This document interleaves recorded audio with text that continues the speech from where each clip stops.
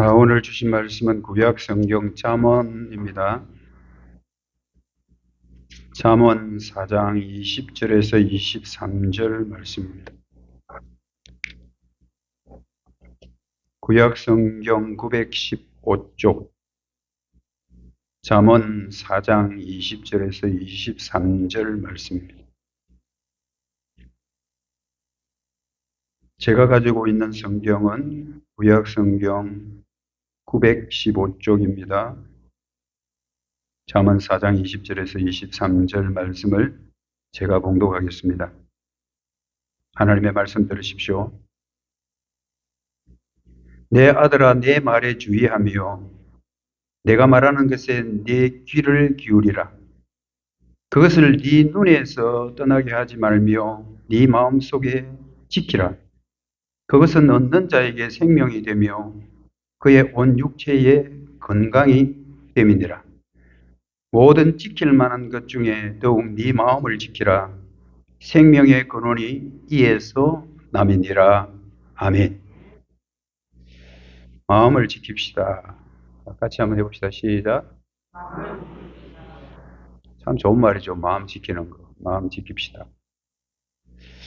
오늘 이 본문 주제는 이겁니다. 잠언 저자는 생명과 건강의 원천이 되는 지혜.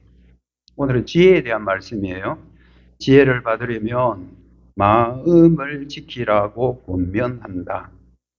잠언의 저자는 정확하게 누구지 모르지만 솔로몬으로 생각합니다. 솔로몬, 지혜의 왕 솔로몬. 잠언 저자는 생명과 건강의 원천이 되는 지혜를 받으려면 마음을 지키라고 권면한다 이고요.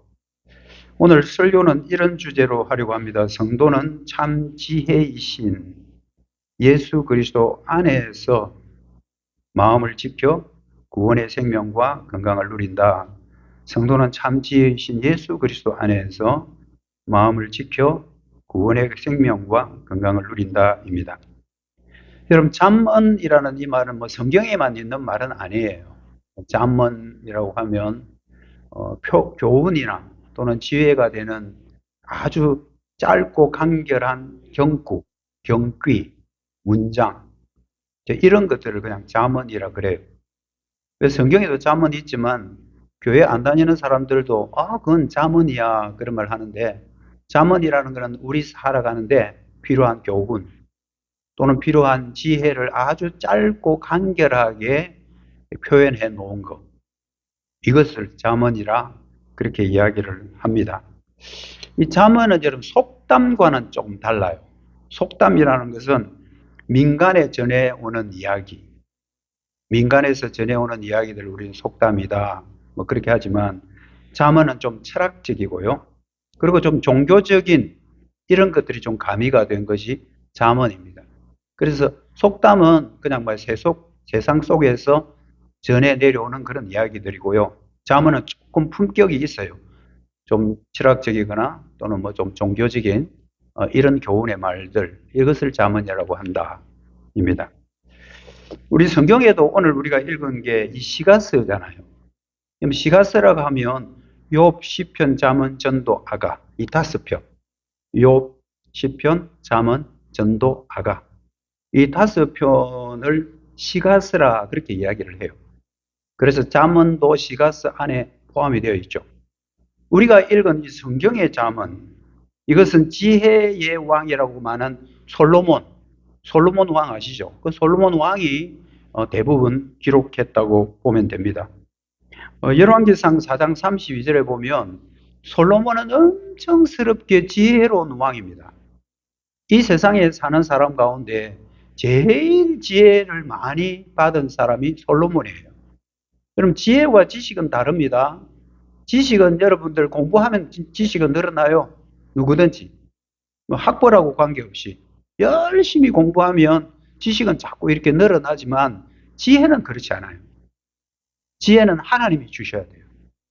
그 솔로몬은 우리와 같은 평범한 사람이었지만 하나님으로부터 지혜를 받아서 잠언을 3천수나 기록했다.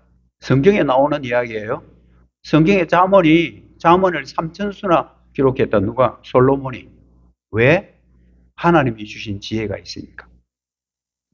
이만큼 이 잠언이라는 것은 우리 교회 다니는 사람들도 참 소중하게 여기지만 교회 안 다니는 사람들도 잠언서를 좋아해요. 여러분 잠언서를 가만히 읽어보면 지금 요즘 여러분 잠언서 읽으시죠? 성경 읽기표, 우리 교회 지금 성경 읽기표 있습니다. 맥체인 성경 읽기표인데요. 지금 여러분들 잠언 읽고 있어요. 제가 설교할 때는 항상 성경 읽기표를 기준으로 해서 돌아가면서 구약과 신약을 번갈아서 설교를 하고 있거든요. 지금 잠언 읽고 있기 때문에 제가 잠언 설교하는 거예요.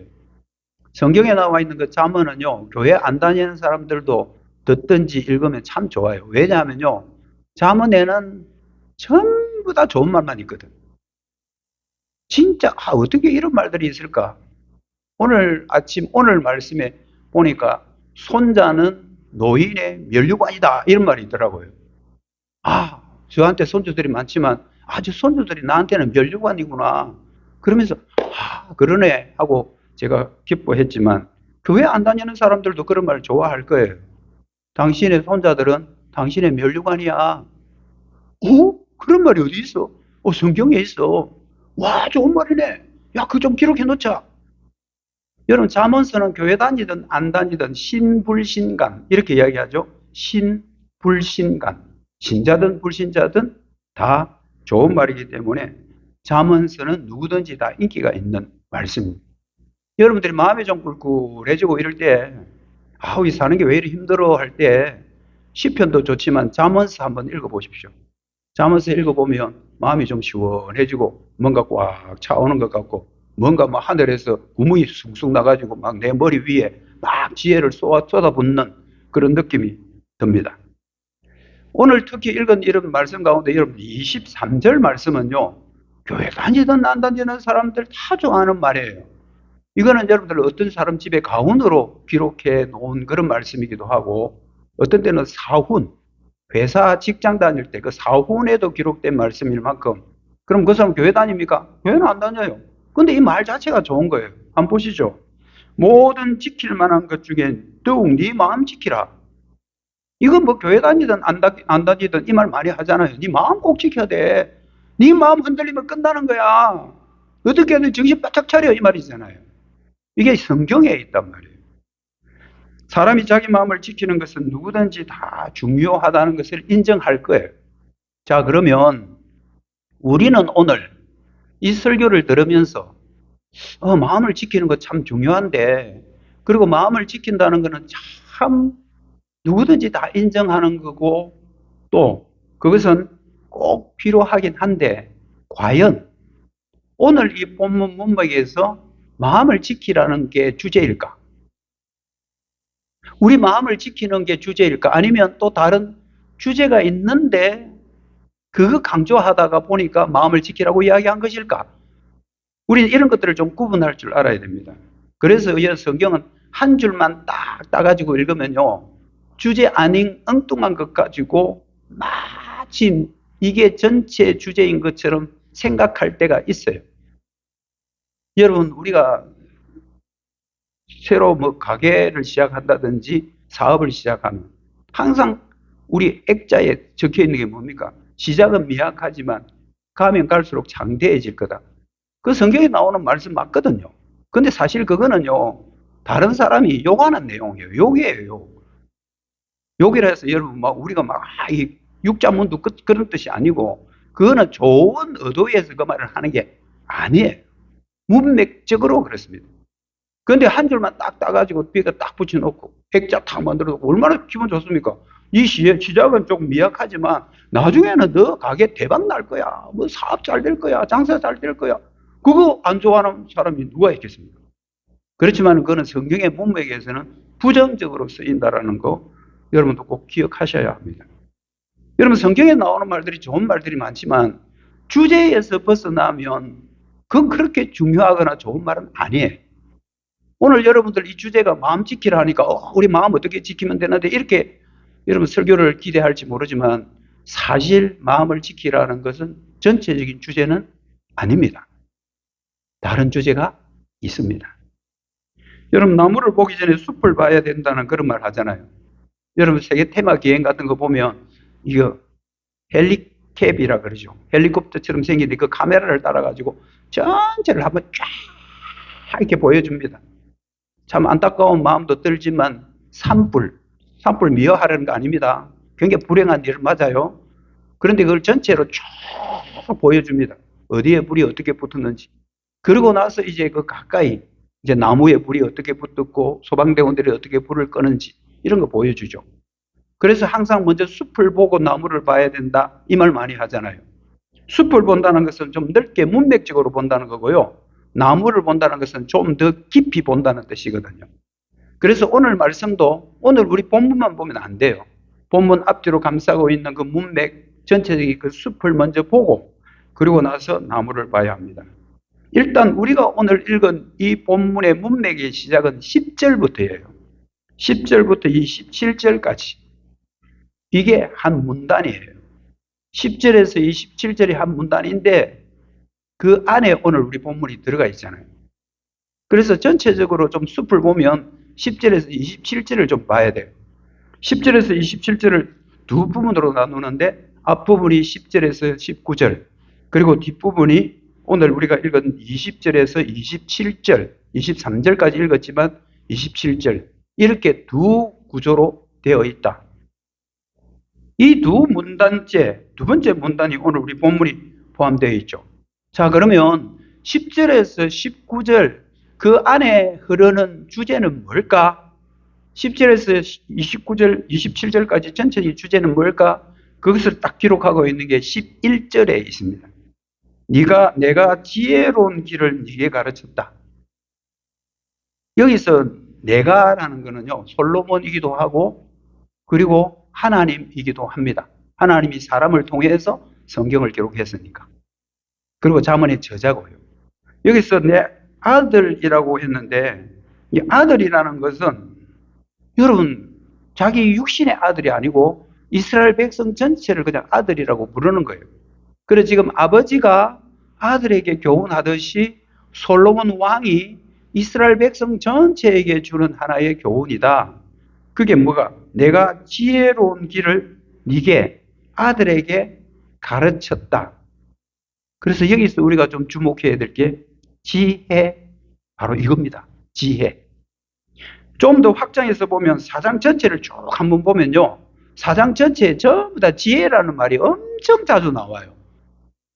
여러분 성경을 한번 읽다가 이게 주제가 뭘까 할 때는 제일 자주 나오는 거 주제라 생각하면 돼요. 그 4장 1절에서 전체를 쭉 보면 지혜라는 말이 아주 노골적으로 나오는데 예를 들자면 5절에 지혜를 얻으며 6절 지혜를 버리지 마라. 7절 지혜가 제일이니 지혜를 얻으라.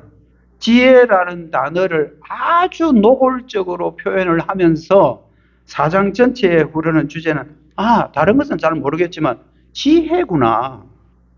지혜라는 말이 잠언서 4장에 많이 나오네. 그렇다면 오늘 우리가 읽었던 20절에서 23절 말씀도 지혜구나. 그래서 오늘은 주제가 지혜입니다. 여러분 지혜는요 지식하고 다르다고 했습니다. 여러분 학벌하고도 달라요. 지혜는 하나님이 안 주시면 가질 수 없는 게 지혜입니다. 저 사람 참 지혜로워. 저 할머니 참 지혜로운 분이셔. 지혜입니다. 우리가 좋아하는 23절 네 마음을 지키라는 말씀은 결국 뭘 지키라는 말이냐면요. 지혜를 지키라는 말이에요. 네가 지혜를 잘 지키기 위해서 네 마음을 지키라는 말이지 마음 잘 지키는 게 주제는 아니다. 지혜를 잘 지키기 위해서 네 귀 아시죠? 눈, 마음, 지혜 지키기 위해서 귀도, 네 눈도, 네 마음도 집중해라. 이 말이에요. 그러면 20절에 보면 내 아들아 내 말에 주의하며 내가 말하는 것에 네 귀를 기울이라. 말에 주의한다는 말과 귀 기울인다는 말은 거의 같은 말 아니겠습니까? 내가 지금 한창 이야기를 하고 있는데 엉뚱한 생각하고 있다 그러면 눈은 맞추고 있을지 모르지만 그거는 귀담아 듣지 않는 거죠. 여러분 대화하는데 제일 기분 나쁜 게 뭡니까? 내가 지금 아주 중요한 이야기를 지금 하려고 하고 있는데 자기는 엉뚱한 생각하고 있고 엉뚱한 말을 하고 아빠가 아들에게 막 중요한 이야기를 하는데 아들은 휴대폰 보고 끌적끌적하고 있고 머리가 좋아서 휴대폰 보면서 귀로 들을 수는 있지만 말하는 사람 입장에서는 굉장히 기분 나쁜 일인 거거든. 그래서 내 아들아 내 하는 말에 주의해라. 네 귀를 기울이라. 내 말에 주의하는 거나 귀를 기울이는 거나 똑같은 말입니다. 이렇게 비슷비슷한 말을 계속 반복하는 것은 뭐 하는 거냐면 이겁니다. 이거 강조하는 거. 학교 선생님이 공부를 하다가 굉장히 중요한 거 나오면 막 애들 중에 막 좋아하는 사람 있을 거 아니에요. 또 엉뚱한 막 장난치는 친구도 있을 거고. 그때는 선생님이 칠판을 쿵쿵쿵쿵 때립니다. 옛날에 백묵 그거 가지고 탕탕탕탕탕탕 때립니다. 탕탕탕탕 때리다 보면 백묵이 툭툭 막 깨지고 부서지기도 하죠. 세게 때립니다. 쾅쾅쾅쾅쾅. 뭐 해라는 거예요? 귀 기울이라. 이건 굉장히 중요하다. 이건 시험 나온다. 이럴 때 선생님이 강조하기 위해서 했던 말 또 하고 했던 말 또 하고 그렇게 하는 거예요. 여러분 가끔씩 설교를 들으면서 이런 생각을 가지는 분들이 있을 것입니다. 아, 우리 목사님은 뭐 했던 말 또 하고 했던 말 또 하고 왜 자꾸 했던 말을 계속하지? 여러분 그게 그만큼 중요하기 때문에 그렇습니다. 중요한 것은 계속 반복해야 됩니다. 그래서 여러분들이 귀에 막 구덕살이 안 될 정도로 계속 들어야 되는 거예요. 굉장히 중요하기 때문에 내 말에 주의해라. 네 귀 기울이라. 그런데 저자는 이것만 갖고는 부족한 거예요. 그 다음에 뭐라고 하는 거예요? 21절에 보면 네 눈이 떠나지 않게 해라. 네 눈도 주목해라는 거예요.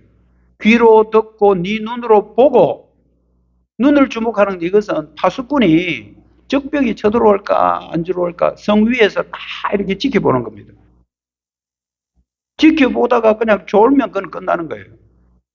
딱 졸고 있는데 그 쪼는 시간에 그냥 적군이 우리 진지 안으로 들어오면 그건 끝나는 거예요. 파수꾼 역할 땡이에요.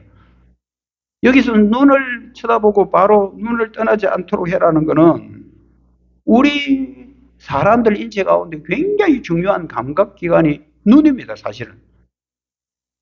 여러분, 눈 못 보면 얼마나 답답할까요? 소경들이 앞을 못 봐. 얼마나 답답하겠습니까? 그 눈을 주목하라는 것은 파수꾼이 성을 잘 지키기 위해서 적군이 오는지 안 오는지 호시탐탐 졸지 말고 정신 바짝 차려서 그 눈을 쳐다보고 경계를 소홀하지 말라고 말씀하는 그런 뜻입니다. 그리고 이것도 부족한지 저자는 한 걸음 더 나갑니다. 그러면서 그걸 뭘 이야기하냐면 네 마음도 지켜야 돼. 그래서 마음 지키라는 말이 나온 거예요. 첫 번째는 네 귀 기울이고 네 눈을 딱 뜨고 부릅뜨고 잘 지켜보고 그리고 네 마음도 지키라고 말합니다. 이것이 23절 말씀과 이제 연결되는 거죠. 모든 지킬 만한 것 중에 더욱 네 마음을 지키라. 이 말은 누구든지 좋아하는 말이긴 하지만 문백삭 주제는 마음 지키는 게 아니고 마음 지킴이 아니고 지혜 지킴입니다. 지혜를 지키기 위해서 네 마음 잘 지키라고 강조하는 것입니다. 자, 그렇다면 여러분 이 마음이라는 게 도대체 뭘까요? 여러분 그런 말 하잖아요. 내 마음에 이런 생각이 든다. 내 마음이 아프다. 내 마음은 이렇게 가는데 내 머리는 또 그렇게 안 간다. 여기서는 저렇게 가라는데 여기는 이렇게 가란다. 이성적으로 판단할 때는 저렇게 가는 게 맞는데 내 마음은 이게 아닌 것 같아. 이 마음 이야기 얼마나 자주 합니까? 하루에도 여러 수십 번 아마 할걸요. 마음이 어떻다, 내 마음. 요즘 애들도, 손주들도, 엄마, 내 마음이 아파, 이래요. 애들도 그런 표현을 해요. 마음이 아픈지 뭔지 모르지만, 특히 그 애가 무엇이 마음이 아픈지 모르지만, 엄마, 내 마음이 아파. 그 마음은 아파요. 요 미얀마에 지진 났잖아요. 우리나라도 산불 나서 사람이 뭐 30명이나 죽곤 했지만, 미얀마 7.1인가 강도. 그럼 사람이 엄청 죽었습니다. 마음이 아파요. 오늘 아침에 제가 그 뉴스를 접하고 제가 가르치는 외국인 학생 중에 하나가 미얀마 애가 있거든요. 교회한테 문자를 보냈죠. 너희 나라 지진 나는데 괜찮냐? 괜찮대. 우리나라 산불 났어도 참 마음 아파요. 근데 여러분 지진도 나가지고 그렇게 하는 거 보면 마음 아픈 거예요. 여러분 그런 표현 하잖아요. 마음이 아프다고. 여러분 마음이 도대체 뭔데? 그리고 또 성경에서도 다른 건 몰라도 네 마음은 꼭 지켜야 되라고 이렇게 강조를 할까? 마음은 여러분 레바브라는 건데요. 이런 겁니다. 내가 어떤 외적인 행동을 하기 위해서 내적인 결정, 그리고 내적인 반응, 외적으로 내 눈에 보이는 거나 내 귀에 들리는 것으로 보고 내 안에 일어나는 어떤 작용, 이게 일어나는 게 마음이라 그러고요. 우리 정신과 영혼이 앉아있는 좌소라고 말하는 게 마음이라는 레바브라는 말이에요. 맞네. 휴대폰 끄시고. 그래서 여러분들 이 마음에서 뭐가 나오느냐 하면요. 23절 하반절을 보면 생명의 근원이 마음에서 난다. 우리 생명의 근원이 되는 것이 결국 우리 마음에서 난다 할 만큼 마음은 굉장히 중요한 겁니다. 우리가 외적으로 행동하기 위해서 내 마음속에 반응하고 내 마음에 선택하는 것이 결국은 내 마음에서 일어나는 겁니다. 여러분 마음에 따라서 행동으로 옮기는 거죠. 이성과 마음과 행동. 이것들이 삼각관계 나쁜 관계가 아니고요. 삼위일체 관계를 가지고 있으면서 우리가 이성적으로 판단하는 게 내 마음으로 최종 결정을 하고 이 마음에 따라 내 손발이 움직이기 시작하는 거죠. 행동으로 옮기는 거죠. 그만큼 마음이 흐트러져 버리면요. 우리 행동도 전부 다 무너져 버린다. 그 마음을 잘 지켜야 되듯이 뭘 지켜라? 지혜를 잘 지켜라.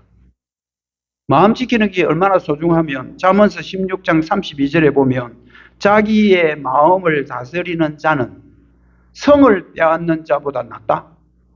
여러분 이 성은 적군의 성이잖아요. 적군에 가서 성을 하나 딱 차지합니다. 군대를 데리고 나가서 안시성 같은 걸 하나 딱 점령합니다.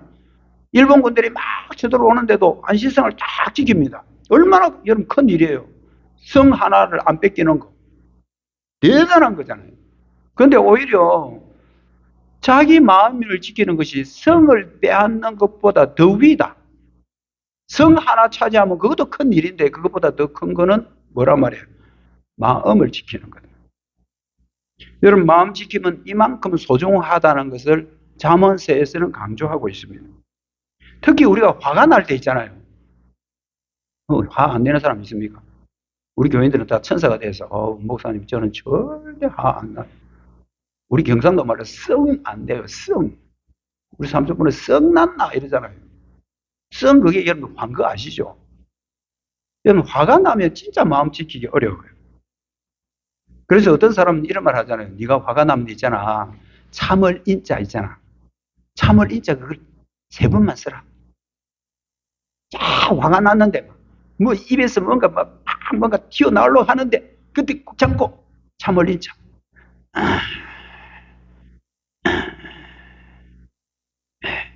지금 제가 쓰고 있는 한문인 거 아십니까?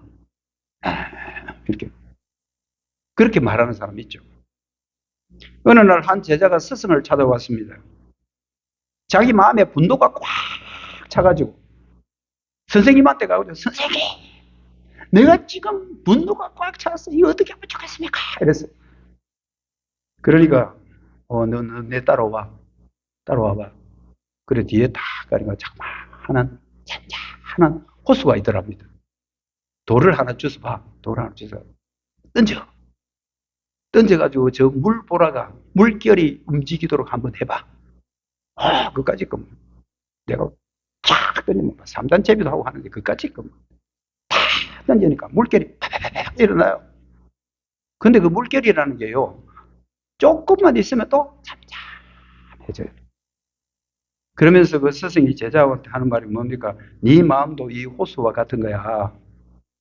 바깥에서 무언가 너를 던져서 네 마음을 줄렁이게 할지는 모르지만 시간 지나면 다 잠잠해져. 평안하니까 마음이 물결 일어날 때 그때만 참어. 그렇게 스승이 제자를 가르쳤다라는 이야기가 있습니다. 마음을 지키라는 것은 네 마음의 지혜를 지키라는 말입니다. 네 마음을 지키라는 것은 네 안에 있는 지혜를 잘 주시하고 잘 지키라. 지혜를 마음에 잘 새겨두라는 말입니다. 지킨다라는 말은 keep라 그래요. keep. 영어로 keep. keep이라고 해요. keep. 지키는 사람은 keep라 그러고. keep yourself 이런 말들 여러분들 외국인들 많이 써요. 네 마음 스스로 좀 지켜라. keep 하는 거예요. 지키다 이 뜻이에요. 축구에 제일 중요한 사람이 수문장이에요. 골키퍼라 그래요. 골문을 지키는 사람을 골키퍼라 그렇게 해요. 그 문이 자기가 지키는 그 문을 절대 빼앗기면 안 돼. 다시 말해서 공이 자기 문을 통과하면 안 돼. 어떻게 하든지 공을 막아야 돼.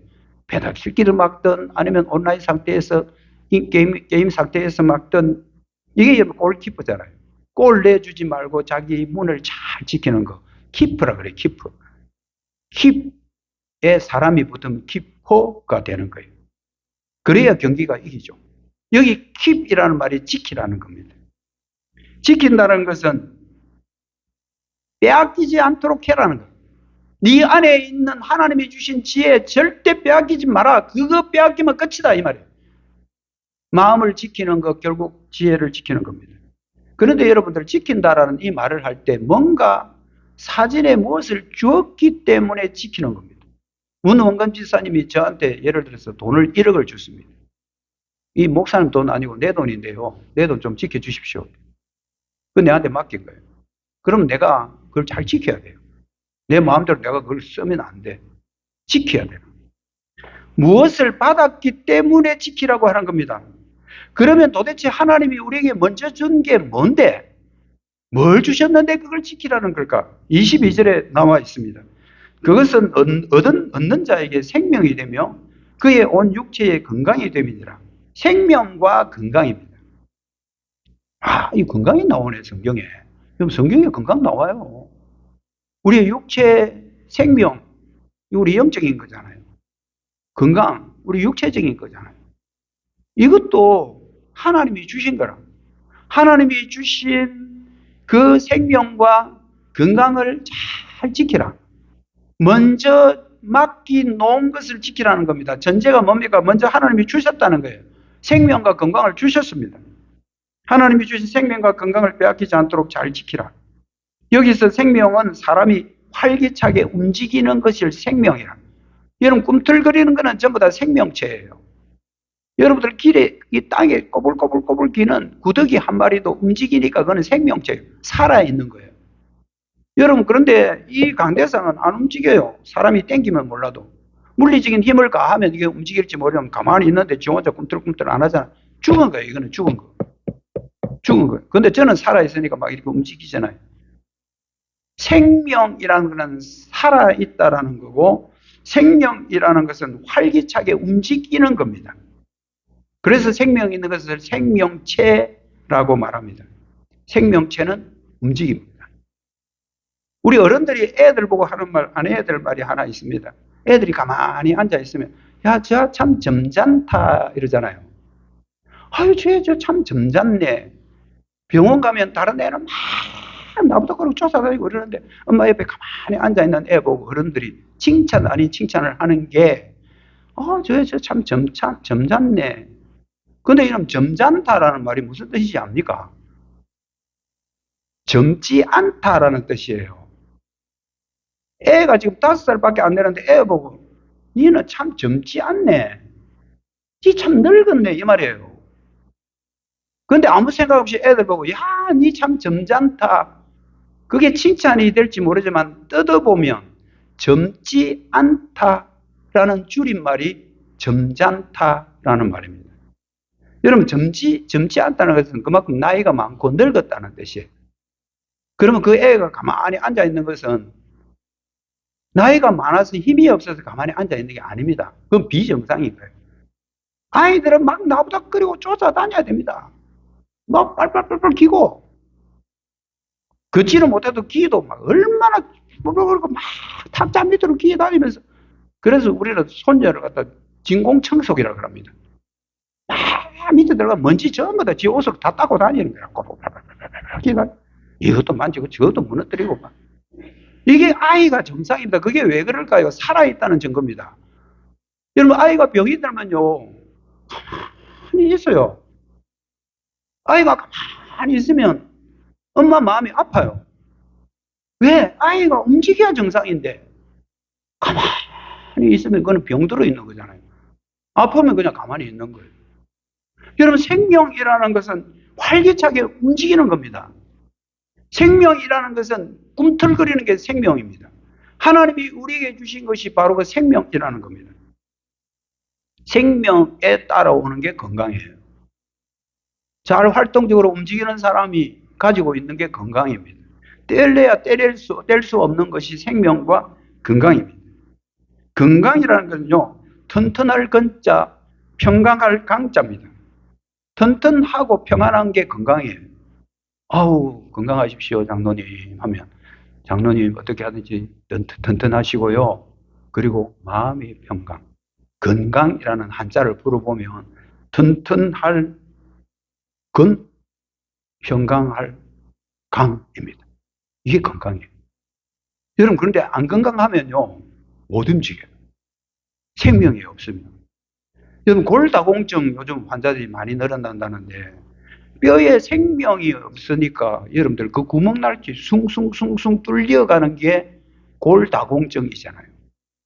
여러분, 요즘은 연탄 안 떼지만 옛날에 연탄 떼면요, 까만 데서 탄탄하고 무겁습니다. 근데 연탄 다 떼고 밖에 딱 내놓으면요, 손가락으로 푹 찌르면 쑥 들어갑니다. 구멍이 숭숭숭숭 나는 겁니다. 마치 그 구멍 나는 다 탄 연탄 같은 게 골다공증이거든요. 여러분, 뼈가 얼마나 중요한지 아십니까? 뼈에서 여러분 피를 만들어내요. 아셔야 돼요. 그래서 골절되면 피가 생성이 안 되니까 그 안에, 뼈 안에는 골수라는 게 있는데 그 골수에서 혈액 세포를 계속 생성해냅니다. 그래서 뼈가 굉장히 중요한 거예요. 뼈 이거 부러졌다 뭐 괜찮겠지? 아닙니다. 뼈 부러져 여러분 1년 동안 딱 기부사가 한번 있어 보십시오. 그 전체가 전부 다 무너져 내리는 상태입니다. 그 안에서 계속 피를 만들어내고 그 안에서 계속 혈액세포를 만들어내야 그 피가 막 돌아야 사람이 사는데 그렇게 안 되는 거예요. 여러분, 여기서 지키라는 것은 너희 하나님께로부터 받은 그 생명과 건강 빼앗기지 말도록 지키라. 그게 왜 중요한데? 지혜를 통해서 우리에게 주어지는 것이 생명과 건강이기 때문이다라고 말합니다. 여러분, 사람이 왜 죽느냐 하면요, 나이가 들어 죽는다 그러잖아요. 그런데 왜 그렇게 죽느냐 하면 결국 우리 근력이 감소해서 죽는 거예요. 근력이 떨어져서 죽는 거예요. 못 먹어서 죽는 게 아니고 우리 몸을 감싸고 있는 모든 근력들이 온 몸을 움직이게 하는 힘이거든요. 그런데 사람이 죽는 것은 결국 몸에 있는 근력이 전부 다 사라지기 때문에 죽어가는 거예요. 몸에 근력이 떨어지면 죽듯이 우리 마음의 근력이 지혜예요. 우리 마음의 근력이 지혜예요. 그 지혜에서 뭐가 온다고요? 생명과 건강이 오는 것입니다. 근데 이 지혜가 떨어져 가지고 말년에 진짜 비참하게 끝나는 왕이 한 사람이 있습니다. 그 왕이 바로 이 저자 솔로몬이에요. 참 아이러니하죠, 그죠? 그렇게 지혜가 많아서 잠언을 3000수나 읊었다고 말하는 그 솔로몬. 그런데 말년에 자기가 비참하게 끝납니다. 왜요? 나라도 망하고, 나라가 망하지는 않았지만 나라가 분열돼 버려요. 자기 아들 겨우 왕, 두 지파 왕 되고요. 북쪽 이스라엘로 나눠져 버립니다. 솔로몬은 통치 초기에 하나님이 엄청난 지혜를 부은 그런 솔로몬이에요. 지혜의 왕이에요. 하나님께서 지혜만 준 것이 아니고 부도 주셨죠. 얼마나 행복하겠습니까? 제일 행복한 사람이 아마 솔로몬일 겁니다. 그런데 말년되면서요, 하나님이 주신 그 지혜를 못 지켜요. 하나님이 주신 지혜를 잘 지켜야 되는데 그 지혜를 못 지키게 되니까 생명도 건강도 함께 무너지기 시작합니다. 하나님이 주신 지혜를 가지고 하나님의 나라를 다스려야 되고요. 하나님이 주신 지혜를 왕에게 주셨으니 그 왕이 백성들을 잘 관리하는 지혜여야 되는데 그 지혜를 어디다 써먹느냐 하면요, 돈 버는 데 써먹어요. 머리가 좋으니까. 머리가 좋아서 머리 가지고 돈 버는 데 써먹어요. 그렇게 해서 중개무역을 하고요, 금도 사들이고 말도 사들이고 하나님이 하지 말라는 짓을 골라서 하는데 뭐로가 하느냐 하면 그 지혜를 가지고 해요. 하나님이 주신 신령한 선물 지혜, 하나님이 주신 신령한 건강, 하나님이 주신 것, 하나님의 나라를 위해서 잘 사용해야 되는데 그 지혜를 엉뚱한 데 쓰는 거예요. 그때부터 지혜는 점점 사라지기 시작합니다. 결국 그것으로 인해서 솔로몬은 마지막이 비참하게 끝납니다. 이방 여인들하고 막 결혼하고요. 그러면서 그 이방 여인이 섬기는 신들을 섬기기 시작하고요. 여러분, 우리가 사람을 참 만나면, 좋은 사람 만나면 참 좋아요. 좋은 사람을, 어떤 사람을 만나면 좋으냐 하면요, 정말 하나님을 잘 섬기는 사람. 그런 사람을 만나면 내 신앙이 부족해도 그 잘 믿는 사람에게 따라가요. 그런데 하나님을 잘 믿지 않고 세속에 빠져 있고 겉으로는 형식적으로는 나는 신을 믿는다고 말할지 모르지만 그 중심에 신이 없는 사람을 만나게 되면요, 그 사람이 나쁜 것을 배워서 따라가 버려요. 이게 우리 인간의 구조예요. 왜 그러냐면 인간은 본래 제약된 본성을 안고 있는 사람들이기 때문에 그래요. 나쁜 것은 빨리 따라가고 나쁜 것은 빨리 본받습니다. 그런데 좋은 것은 안 본받아요. 솔로몬 너무 안타까운 사람이잖아요. 하나님이 주신 엄청난 지혜로 얼마나 재판도 잘했습니까? 여자 둘이서 하나 놓고 싸웠는데 그거 일가 없나? 칼가 없나? 내가 반으로 딱 쪼개가지고 나눠줄게. 여러분, 그 지혜가 도대체 어디서 나왔을까요? 깜짝 놀랄 일입니다. 상상도 못할 일이에요, 그때. 주전 여러분 900년 때. 칼 가져오느라. 너들이 둘이 싸우는데 내가 반을 딱 나눠줄 테니까 반만씩 가져가라, 애. 그러니까 진짜 엄마가 아닙니다, 왕이시여. 제가 포기하겠습니다. 저 여자에게 그냥 주어서 우리 애 살려주십시오. 솔로몬이 그 이야기 딱 듣는 순간에 네가 가짜네. 애기 이 사람한테 줘. 여러분, 그 지혜가 어디서 나왔습니까? 하나님이 주신 지혜잖아요. 그리고 하나님이 주신 지혜를 가지고 얼마나 잘해가지고 성전도 짓고. 그런데 여러분, 그 지혜가 빼앗기니까 서서히 무너집니다. 생명과 건강을 주는 지혜는 그럼 도대체 어디서 나올까요? 그럼 지혜는 잠언서를 도배하고 있다고 보면 됩니다. 성경의 잠언은 지혜서의 형식을 빌어서 하나님의 율법을 꼭꼭 다져서 빼서 만들어놓은 엑기스와 같은 겁니다. 여러분, 사실 하나님이 주신 율법은 10계명으로 요약되어 있습니다. 잠언은 구원받은 하나님의 백성들이 어떻게 살아가야 하나님을 경외하며 살까라는 게 잠언의 전체적인 주제예요. 잠언은 그냥 읽기 좋은 말 적어서 우리 경상도 표현으로 벼룩박에 붙여놓는 그런 말씀이 아니에요. 여러분, 지혜라는 것은 하나님이 주신 지혜를 받으면 내가 어떻게 하면 하나님을 더 잘 섬기지? 내가 어떻게 하면 우리 사천용광 장로교에 내가 몸을 담고 있는데 이 교회를 좀 더 섬길까? 하나님이 주신 지혜로 그게 건전한 성도들의 삶의 모습이고 그것을 기록해 놓은 것이 잠언서입니다. 잠언서를 우리가 잘 읽고 하나님의 지혜를 잘 지키면 구속받은 하나님의 백성이 살아가면서 하나님을 더 영화롭게 해드리는 것입니다. 그러면서 하나님의 계명 지키기가 어렵지만 지키려고 발부둥 치는 모습들이 바로 그곳에서 나오는 겁니다. 여러분, 참 지혜는 우리가 배운다고 오는 게 아니에요. 하나님이 주셔야 합니다. 하나 물어볼게요. 여러분, 이 땅에 사는 사람 가운데 솔로몬 빼고 하나님의 지혜가 제일 잘 드러나는 데가 어디일까요? 하나님의 그 풍성한 지혜가 사람에게 제일 완벽하게 나타나는 곳이 어디일까요? 여러분, 그곳이 바로 예수님이십니다. 하나님의 지혜가 제일 잘 드러난 곳이 인간으로 오신 하나님의 아들 예수님입니다. 예수님은 공생의 기간 동안 항상 이 생각을 하고 공생의 3년을 보냅니다. 성부 하나님을 어떻게 하면 기쁘게 해드릴까? 내가 아들로 이 땅에 왔지만, 인간 몸으로 이 땅에 왔지만 내가 어떻게 해야 우리 성부 하나님을 기쁘게 해드릴까? 예수님이 이 땅에 오셔서 사람들에게 가르칠 때 이 말 자주 하셨습니다. 나는 이렇게 말한다. 천국은 뭐와 같다. 천국은 이런 것과 같다. 뭐와 같다. 뭐와 같다. 이 말 굉장히 많이 합니다. 특히 마태복음 5장 7장에 나와 있는 산상수훈에는요 30번이나 그 말이 나옵니다. 이런 것은 이런 것과 같으니. 여러분, 이런 것과 이런 것이 같다라는 말이 히브리어로 마샬이라는데 그 마샬이 바로 잠언이에요. 예수님은 이 땅에서 말씀할 때 그 잠언의 형식을 빌어옵니다. 뭐와 같다. 뭐와 같다. 예수님이 제자들 가르치고 무리들 모아 가르칠 때, 야, 천국 있잖아. 천국은 이런 거와 같거든. 이렇게 가르쳐요. 근데 뭐와 같다라는 그 말이 구약의 잠언, 잠언이라는 말의 뜻이에요. 예수님은 그 형식을 그대로 빌어와서 많은 무리들을 가르쳤죠.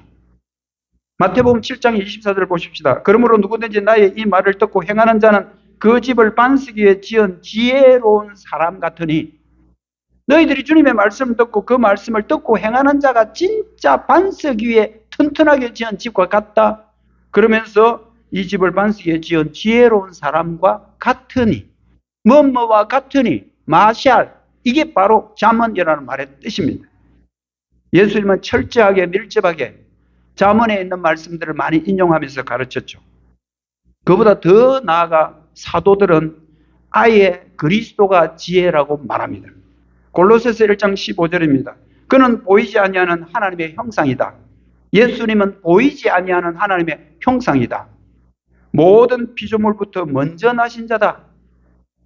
여러분, 골로새서 1장 15절은 예수님은 모든 피조물보다 먼저 계신 자고, 그리고 그분은 우리 눈에 볼 수 있는 하나님을 볼 수 있는 분이 예수님이라고 말합니다.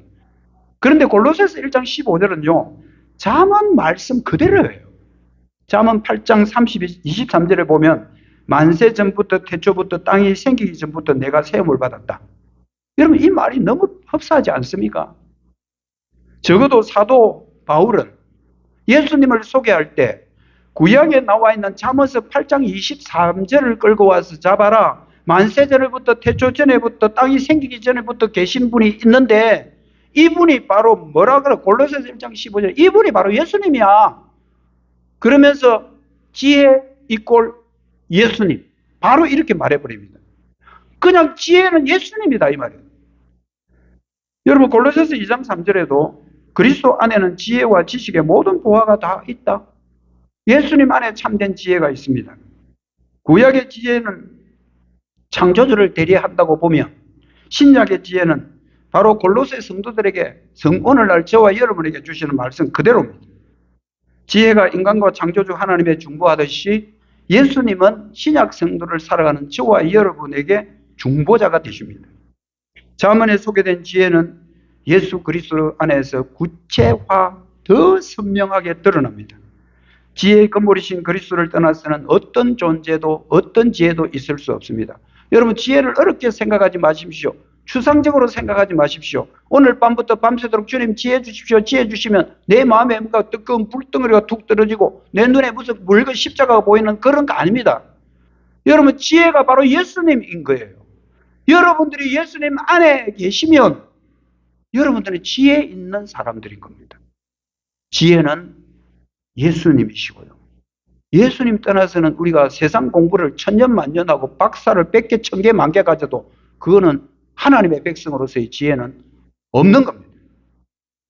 우리는 예수 그리스도 안에 있을 때 생명과 건강을 지킬 수가 있습니다. 예수님 안에서 우리는 생명을 누립니다. 그리고 그거 생명에서 오는 건강도 누립니다. 자, 그렇다면 여기서 말하는 이 생명은 어떤 생명일까? 우리가 사는 자체가 생명은 맞아요.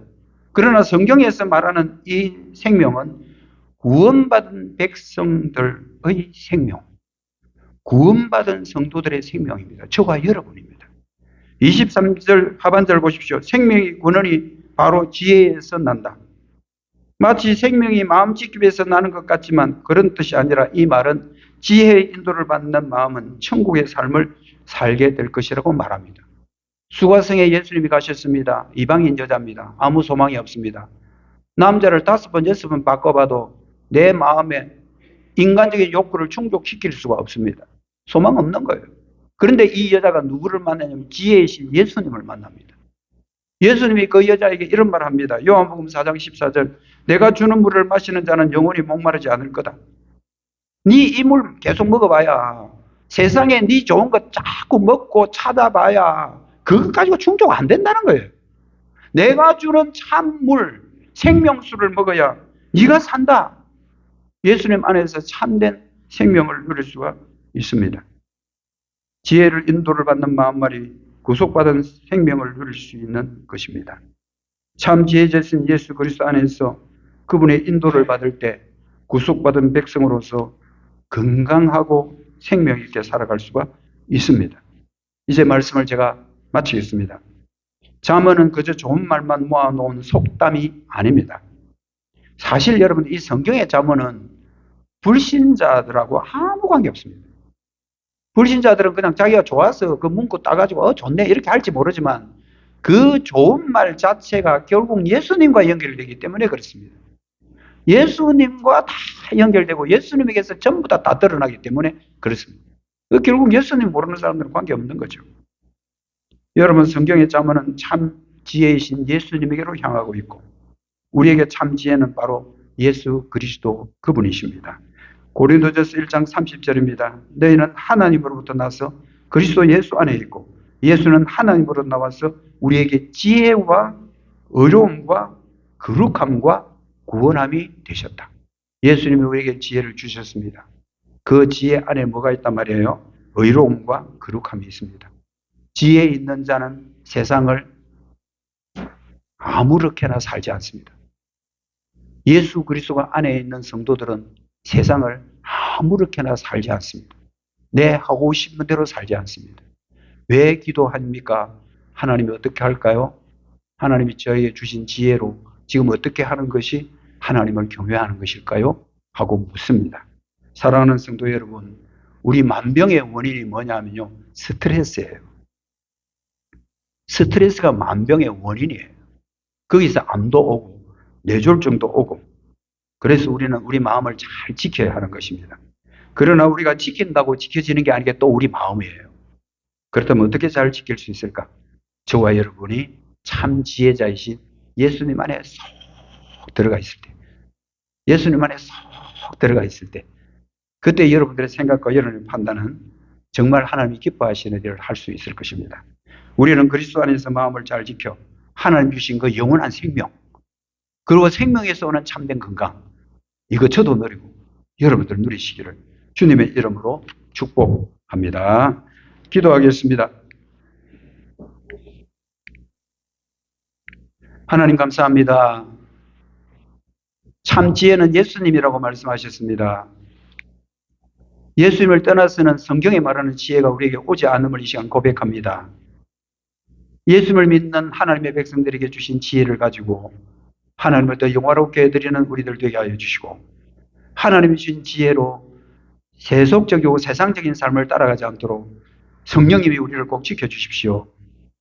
오늘 이 자리에 있는 모든 주의 백성들에게 주신 하나님의 지혜 예수님 안에서 더 많이 발견하고 영원한 생명을 누리며 영원한 건강을 누리는 주의 백성들 되게 하여 주시옵소서. 예수님의 이름으로 기도드립니다. 아멘. 찬송가 300